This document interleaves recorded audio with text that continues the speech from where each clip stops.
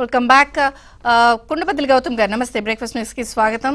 ఓ పక్కనేమో మాఫియా లేదా ఈ కబ్జాలు అక్రమాలపై ఆరా తీసేందుకు సిట్ అంటున్నారు.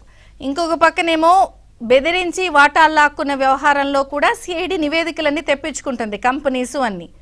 ఇంకొక పక్కనేమో పెడుతున్న సెక్షన్లు స్ట్రాంగ్ లేవని ఇంకొక చర్చ. ఓవరాల్ గా మీ అబ్జర్వేషన్స్ ఏంటి?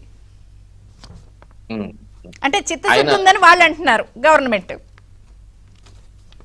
మరి గవర్నమెంట్ లో ఉన్నప్పుడు అది చెప్పక తప్పదు కదండి. చిత్తశుద్ధితోటే పని చేస్తున్నామని గట్టిగా చెప్పుకోవాలి, ప్రజలను కూడా నమ్మబలకాల్సిన అవసరం ఉంది. కాకపోతే జగన్మోహన్ రెడ్డి గారు చెబుతుంటారు చూడండి, న్యాయం జరగటం వేరు, న్యాయం జరిగినట్టుగా కనిపించటం వేరు అని. ఆ కనిపించే దాంట్లో ఉన్నదాన్నే మనం మాట్లాడుకోగలుగుతున్నాం.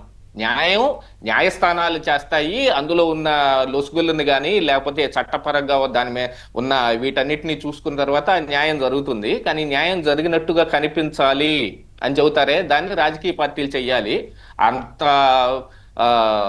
ఆ రేంజ్ లో ప్రజలకు కనిపించేటట్టుగా జరగట్లేదు అనే కదా ఇప్పుడు చాలా మంది వాపోతుంది. నేను సొంత సామాన్య ప్రజానీకమో ఎనలిస్టులో కాకపోతే వీళ్ళు కూడా కాదు, కేవలం తెలుగుదేశం పార్టీ కార్యకర్తలు కూడా మాకేం కనిపించట్లేదని అడుగుతున్నారు. యూజువల్ గా జరుగుతుంది. ఇంకా యాక్చువల్గా ఇంకా ఈ పోర్టు విషయానికి వస్తే, ఈ పోర్టు విషయంలో ఈ కేవీ రావు గారు మొన్న సిఐడికి కంప్లైంట్ ఇచ్చేదాకా మరి 6 నెలల్లో ఈ వ్యవహారం ఏం జరిగింది మనకేం తెలియదు. పవన్ కళ్యాణ్ ఆ కాకినాడ పోర్టుకి వెళ్ళి ఈ రేషన్ బియ్యం మీద సీజ్ ద షిప్ అనే దాకా వెళ్ళిన తర్వాత రోజుల్లోనే వస్తాయి, ఒక్క వారం రోజుల్లోనే వస్తాయి. కానీ ఇది జరిగింది ఎప్పుడు? జరిగిన దాని ప్రకారం 2021. ఆనాటి నుంచి ఈనాటి వరకు కేవీ రావు కనపడకుండా ఎందుకు వెళ్ళాడు? మరి ప్రభుత్వం మారిన తర్వాత, ప్రభుత్వంలోకి అధికారంలోకి తెలుగుదేశం కూటమి వచ్చిన తర్వాత కూడా 6 నెలల పాటు ఎందుకు కనిపించకుండా ఉన్నాడు అనే దాన్ని కూడా మనం ఇక్కడ పాయింట్ అర్థం చేసుకోవాలి. మరి ఇదే కదా బయటికి కనిపించాల్సింది. ఎప్పుడు నాణానికి ఒకవైపే చూసుకుంటే అది బయాస్ అంటారండి.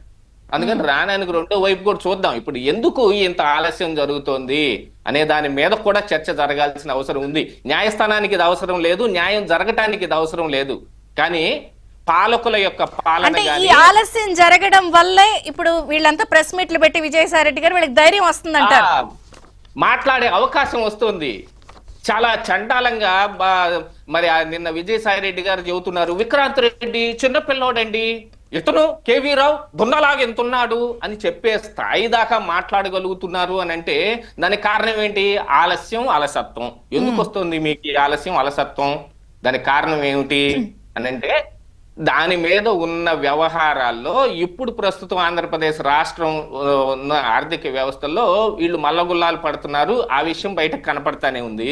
కానీ అన్ని కోణాల్లోనూ అన్ని రకాలుగాను ఇన్వెస్టిగేషన్ జరగాల్సిన అవసరం ఉంది.